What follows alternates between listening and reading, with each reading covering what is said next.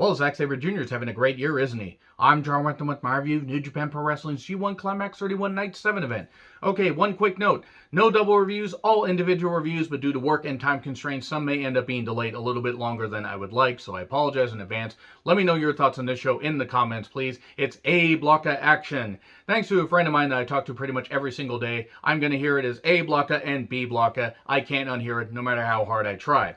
I will have a point rundown at the end of this review, just like I will until we get to the finals. The glorious climax, the month-long climax. Man, all the lube and all the fluids and all the ingestion in the world.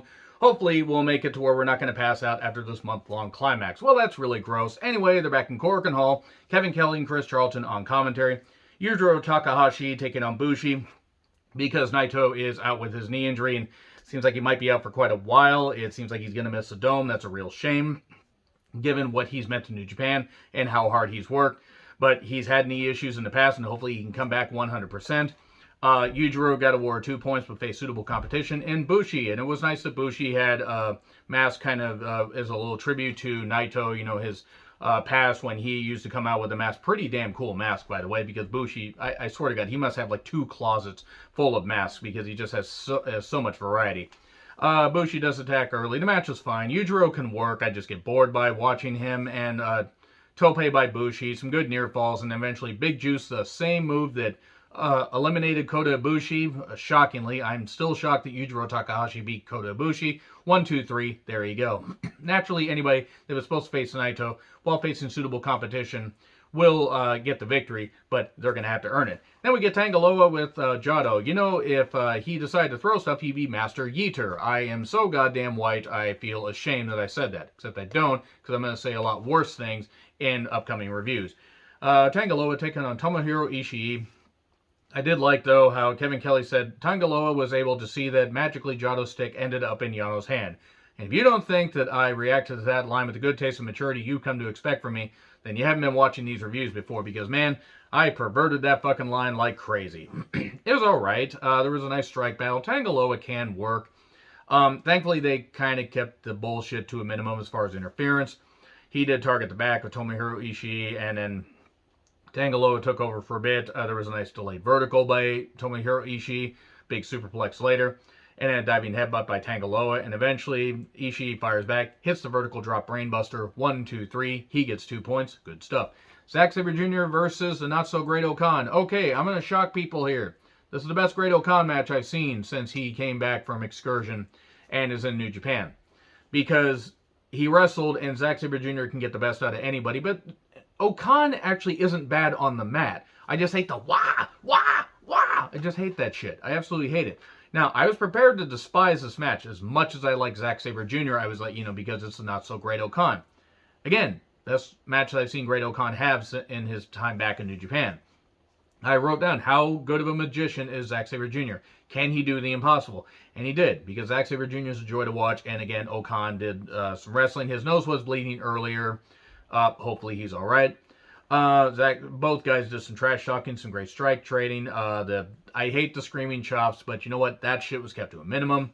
There was a nice armbar, some very good submissions by both. It looked like the great O-Khan was actually going to win, but then that stretch and just popping that shoulder right there, seemingly popping that shoulder. Zack Sabre Jr. gained the quick victory. Great shit. Huge pop. The crowd, even though they're not supposed to, ooh, you know, they couldn't help themselves. I mean, you can't help yourself when you're that wrapped up. And Zack Sabre Jr. getting 2 points. He's having a hell of a goddamn run in the G1. Having a hell of a 2021 as well.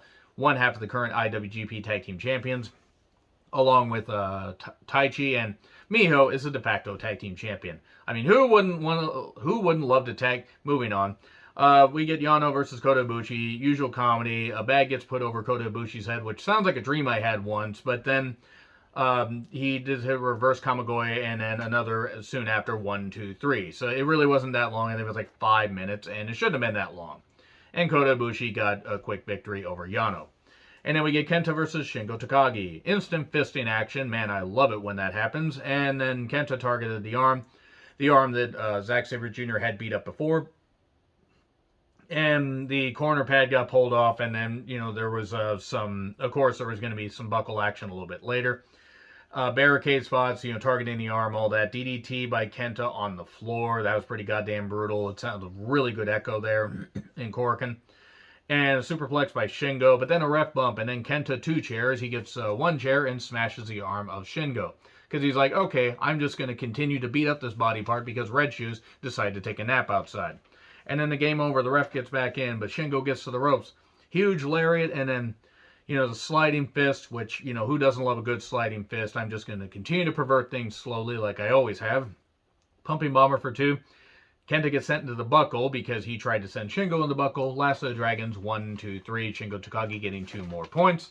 Now let's run down the point total. Kota Ibushi, Shingo Takagi with 6, Zack Sabre Jr., and Great Okan with 8. And oh no, Great Okan's at the top of the leaderboard? No. Tiebreaker for Zack Sabre Jr. I'm all for Zack Sabre Jr. winning the block. I mean, I'm all for him winning the goddamn thing at this point. Even though it'd be great to see Shingo run the table, he'd have to get 2 more points rather than Zack Sabre Jr. because Zack Sabre Jr. beat him.